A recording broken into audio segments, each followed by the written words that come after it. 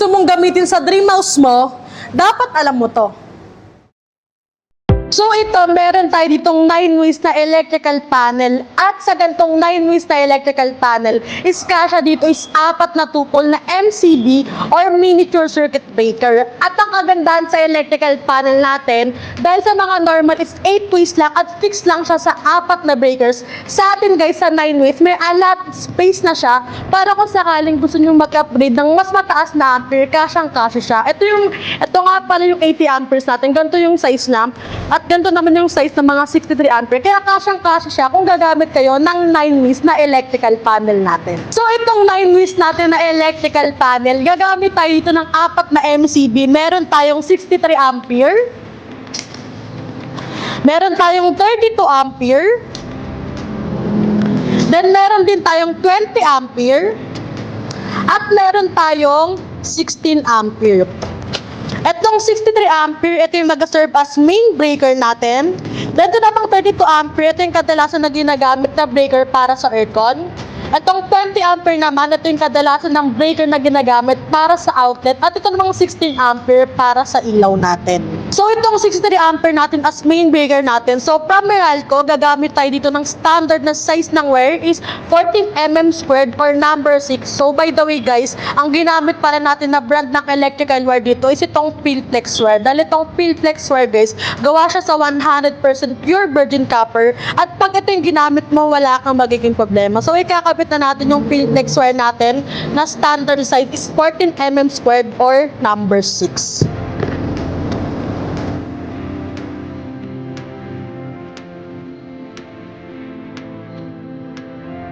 So dahil may supply na ng kuryente yung main breaker natin na 63 ampere, para naman ma-supply yung branches natin na 32 ampere, 20 ampere at 16 ampere, gagamit na lang tayo dyan syempre ng combust bar, diba? Ganito kaganda guys yung miniature distribution panel natin. Mas malinis siya, hindi nyo na kailangan pang mag-wiring. Gagamit na lang kayo ng combust bar. So ganito lang siya guys, kadali ikabit. Lahat lang yan guys, kailangan natin higpitan para masupplyan ng kuryente yung mga branches natin.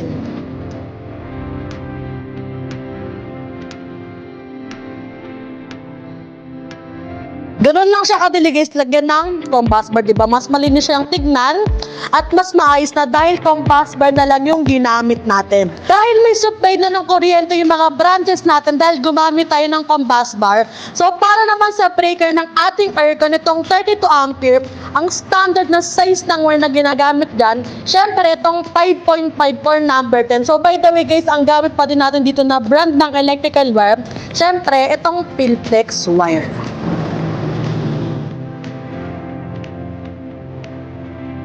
O ayan, dahil may kuryente na nadadaloy para sa ating aircon, para naman magkaroon na ng kuryente yung outlets natin, itong 20 ampere natin, ito yung standard na size ng wire na ginagamit natin, itong 3.5 mm or number 12. Ikakabit na din natin siya.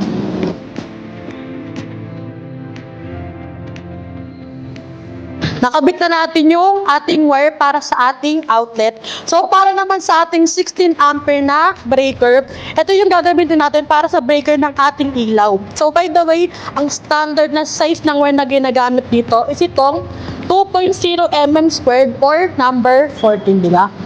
So, magkakabit na din natin siya.